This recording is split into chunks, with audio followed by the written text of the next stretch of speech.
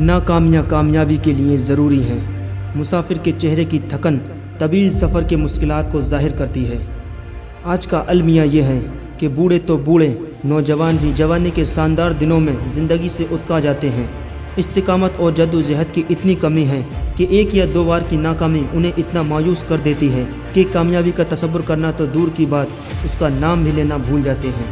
ہم نے کئی بار طالب علم کی پذیرائی اور ہمت بڑھانے کے لیے انہیں یہ کہہ کے دیکھا کہ تم بہت آگے جاؤ گے اور کامیاب ہوگے، تو ان کی اکثریت یہ کہتی ہے، سر آپ مذاق تو نہ کریں، ہم کامیاب کیسے ہو سکتے ہیں، ہماری زندگی تو ناکاموں سے بھری پڑی ہے۔ پھر ہمیں انہیں ایک اہم آفاقی اصول سمجھانا پڑتا ہے کہ ناکامیاں کامیابی کی خوراک ہوتی ہے، کیونکہ دنیا کے بڑے بڑے کامیاب ترین لوگ لاتعداد دفعہ ناکام ہوتے ہیں، پھر کہیں جا کر کامیابی ملتی ہے۔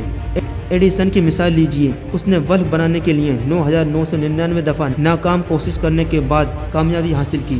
کسی نے اس سے پوچھا کہ ایڈیسن، تم نے 9999 دفعہ ناکام ہوئے تو تمہیں مایوسی نہیں ہوئی؟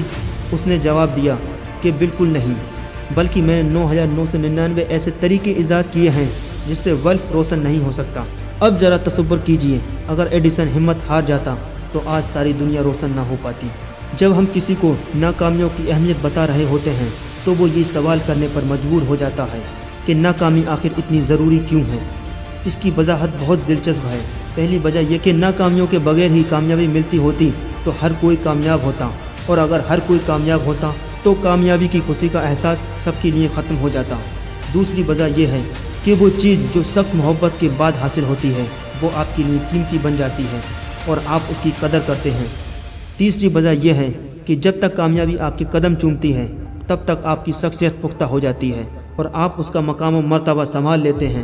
اور چوتھی وجہ یہ ہے کہ بڑے انسان کی شخصیت سخت حالات میں ہی نکھر کر سامنے آتی ہے، بالکل ایسے جیسے کندن بنانے کے لیے سونے کو شدید گرم کرنا پڑتا ہے۔ عظیم لوگ ٹی بیگز کی مانند ہوتے ہیں، آپ ان کی اصل طاقت کا تب تک اندازہ نہیں لگا سکتے جب تک انہیں ابلتے ہوئے پانی میں نہ ڈال دیا جائے۔ سیکھنے کے بے شمار ذریعے ہیں، مگر پھر بھی کہا جاتا ہے زمانہ سب سے بڑا استاد ہے۔ منزل کے راستے میں آنے والی پریشانیاں آپ کو سکھانے کا ذریعہ بنتی ہیں۔ غلطیوں کے نتائج ہی انسان کے تجربے کو صحیح کرتے ہیں۔ دنیا کے استاد پہلے سکھاتے ہیں پھر امتحان لیتے ہیں، مگر زندگی ایک خاموش استاد ہے جو پہلے امتحان لیتی ہے پھر سکھاتی ہے۔ ناکامیوں کے دور میں امید کا دامن تھامے بغیر ڈٹے رہنا ہی خوش بخشی کی علامت ہے۔ استقامت میں کرامت ہے۔ حضرت واصف علی واصف رحمۃ اللہ تعالی علیہ فرماتے ہیں، مسائل، مشکلات اور پریشانیوں کا سامنا کرنا ہی مردانگی ہے۔ نوجوان ناکامی سے بچنا چاہتا ہے، اسی لیے وہ ہمیشہ کے لیے کامیابی سے بھی بچتا جاتا ہے، کیونکہ کامیابی ناکاموں کے بعد ہی تو آتی ہے۔ ناکامی کسی انسان کا راستہ نہیں روک سکتی اگر اسے کامیابی حاصل کرنے کا مکمل یقین ہو۔ انسان کل کا انتظار بھی امید کے سہارے کرتا ہے، ورنہ ایک ایک پل اس کے لیے کانٹا بن جاتا ہے۔